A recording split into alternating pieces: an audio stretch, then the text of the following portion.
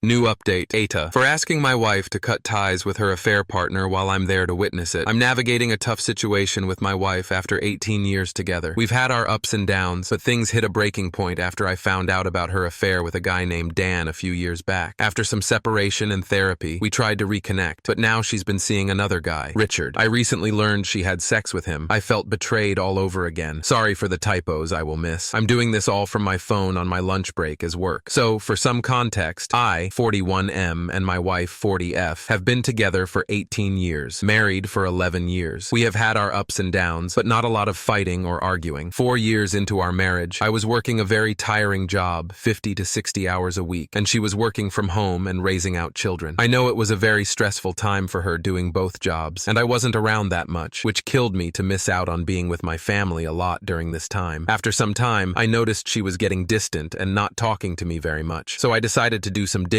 because I had a gut feeling. Now we were both gamers, and we played 2 different video games all the time and had 2 friends that aged the same. So while she was working from home, she was also playing games with both of them. First guy, I'll call Dave. The other guy, we'll call him Dan. So while she was in the shower, she left her phone on the bed, and I unlocked it and looked around. I found she had SC installed, so I opened it. There, I was greeted with a pic of Dave's male appendage. I confronted her with this and asked WTF is going okay. She broke down in tears, saying she didn't know how it got that far, and he was there since I wasn't because of me working all the time to support our family. This all happened on my B-day as well, and we were about to go out for dinner. Well, dinner sucked, as you can imagine. Well, I asked if she replied with her own pics as well, since she never sent me pics like that. She said no, she didn't. And I said, Will, this needs to stop now or we are done. She ended it. But later, I stopped a little more, and since it was an Apple phone, it linked up with the Apple Pad. And there was the picture she took and sent him. I confronted her about this,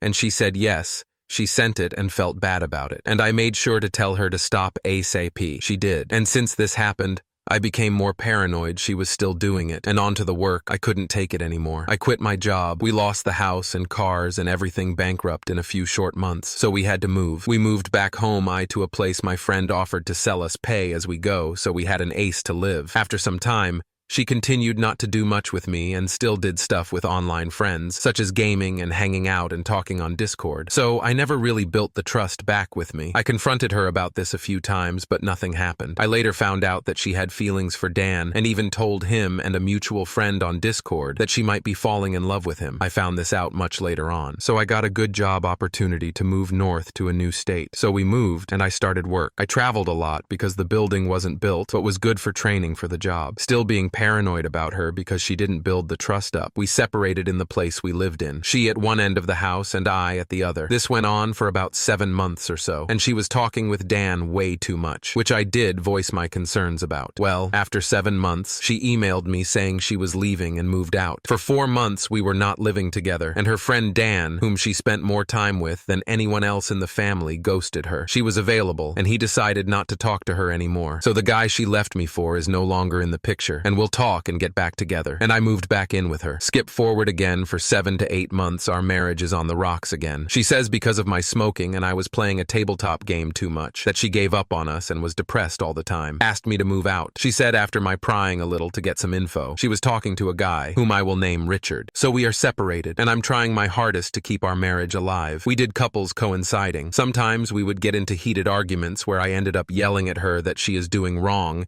and that this guy was not meant for her and is only trying to get laid. Well done with couples coinciding, and I got a therapist for my self-esteem issues as well, and that therapy went well for me. Can't say the same for couples therapy. During this time, we are looking of options for vehicles because she currently had 2 in her name. One, which I co-signed with her because she wanted a new vehicle because the old one reminded her of Dan and wanted to move on from that. So, I like an idiot, I traded in my car and co-signed to get a truck for her. Now we are separated and she can't afford both. And I got a beater truck to save money. She wants to trade both in for a brand new electric car because she was overhead $18K and $1,500 a month in loan payments and insurance. So co-signed for an electric car lease. As soon as she got it, she wanted a divorce and voiced this during the couples therapy. During the trade-in period and signing, She insinuated that our marriage would work but change after getting the car. So after 6 months of separation, she is missing me, and we have been friendly with each other for a few days. And I have to know, I already knew but wanted confirmation. I asked if you slept with that Richard. She replied, "You really want to know?" And I said, "Yes, I already know. Just want you to admit it." She said yes, she did. I asked how many times. She said she didn't know, she didn't keep track. Was it worth it? She said no. I asked if you used a condom. She said no. So now I need to get tested because Richard is a 33-year-old truck driver. I'm sure he has seen a few lot lizards. She replied to that with, "Well, if it makes you feel better, your manhood is a lot bigger than his." In a way it did, and also didn't make me feel better. So I said, if she wants to try to make this marriage work, she needs to cut co-tactics with him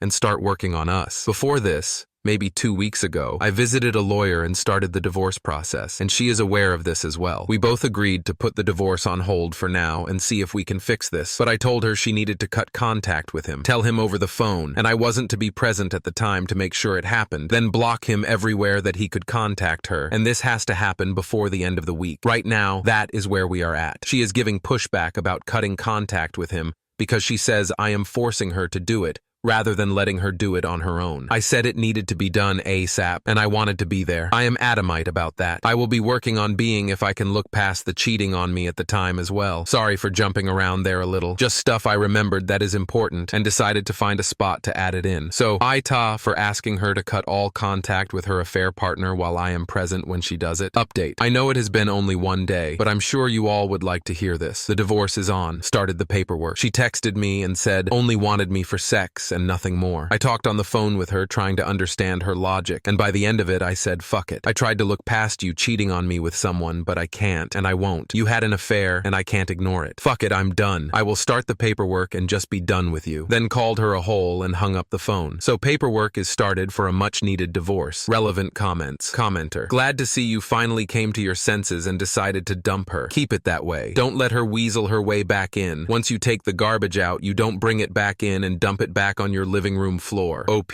she won't. She knows I am pissed at what she did, and I will not stand for it. Commenter. Op, make sure you let her family, and your close friends know you filed, why you filed, and name her affair partner. She will minimize or completely blame you for the affair. When you put it out there, she no longer has control of the narrative. OP, I would, but I don't talk to her family. My family didn't lime her really, and my friends don't know her LOL. But the people that matter already know, and that is enough. Everyone who knows me knows that I fought hard to keep our marriage going, and she failed it in all the ways she could do it. She will be sorry later on when she realizes she fucked up and lost the best man she could ever get or have. And I take a little joy in that she will be miserable for what she has done. Story 2. AITAH for not paying my sister's rent because she only works 30 hours a week. So, I, 24M, have been working hard at my full-time job, grinding away to save up for a house and my future. My sister, 22F, on the other hand, works a whopping 30 hours a week at a coffee shop and somehow thinks she's entitled to me covering her rent because she's